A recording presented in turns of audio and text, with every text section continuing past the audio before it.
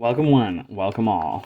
Today, we are going to be extremely petty as we talk about one change that could have saved the ending of the war arc where Neji dies. Well, it's not in the ending. We're going to talk about a critical change that should have taken place. Revising the Neji dying to a stick arc of the show, of the series. Okay? I'm having some trouble with this one. So we are going to look at the characters and describe why Neji should not have died. Alright, so here's Rock Lee. He's a taijutsu specialist.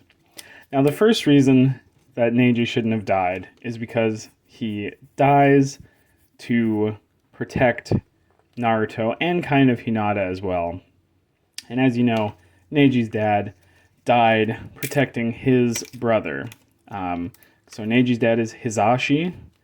He sacrificed himself to protect the main branch family, his brother Hiashi. And that was what he was supposed to do, but he claimed that he was doing it to be free, to be a free man. He was freely making the choice, even though that is exactly what the main branch would have wanted him to do. Okay, thanks, Rock Lee. Now, secondly, this is when Neji sacrifices himself to save Naruto and Hinata from a stick that kills him. This is kind of like you can see how it's supposed to be the end of his arc. It's like, oops, we kind of forgot about Neji in Shippuden, but here he is. He's doing the same thing his dad did. He's sacrificing himself for the main branch, the oppressor branch, the main family that oppresses the branch family, but he's choosing to do it because obviously Hinata is not forcing him to, and that's his, like, freedom, whatever. Thanks, my guy. Rock Lee again. I feel like what's happening here is I'm just, like, I'm going to go on a crazy rant, and Rock Lee and Mike Guy are just, like, standing there, just, like, listening to me go on this crazy rant about Neji. Let's see if that trend continues. Okay, here's what should have happened. Okay? Hinata's dad, Hinata's dad, Hiashi. Am I saying that right? I hope so. Hinata's dad, the leader of the main branch family, is in the war. He's not in the base with the other dads, the other ninja dads who are doing intelligence and get blown up, Shikamaru's dad included. Those are like Ino's dad, Shikamaru's dad is there, all the intelligence, all the like sensory types and specialists who can connect people's minds and like coordinate the war effort, they get blown up. Hinata's dad is not in that building. He does not canonically die during the war arc. This means that he's fighting on the front lines. So when Neji fucking goes... when Neji goes to block that stick, and he says he can't activate rotation fast enough, right, Rock Lee in SR? You know what should have happened? Fucking Hiashi Hyuga, the leader of the main family in Hyuga, the Hyuga clan, should have been right there. And you know what he should have done? He should have fucking died to save Neji. That's right, exactly what Neji's father did for him. Now that's poetic justice. He's laying his life down. The main branch, the leader of the main branch, lays his life down to protect the branch family's genius, Neji Hyuga. Neji does not die to a stick. Hiashi dies to a stick in a heroic sacrifice, mirroring his brother's own sacrifice, protecting his life, Hiashi's life. But this time, it is a much more impactful and meaningful gesture because it is the main branch family laying down their life, his life, Hiashi's life, to protect the branch family. Now that's a gesture.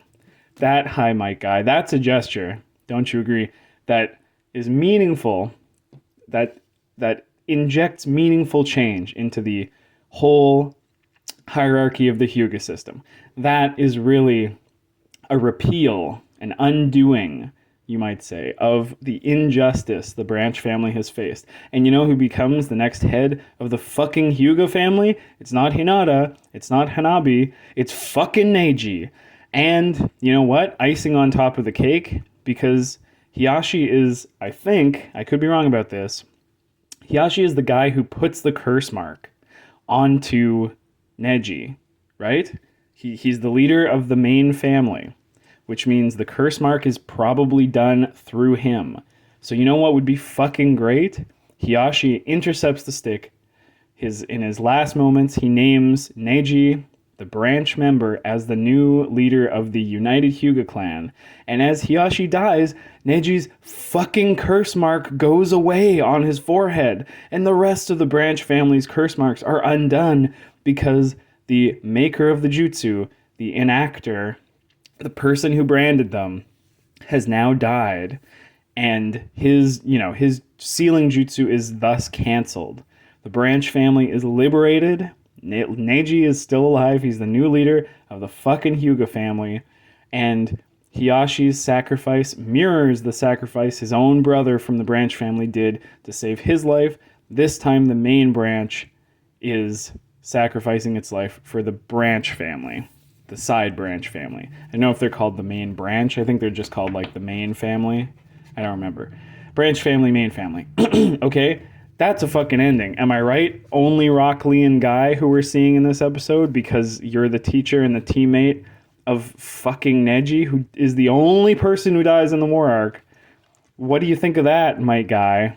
Huh? Who also doesn't die in the war arc even though he does a thing that explicitly kills him?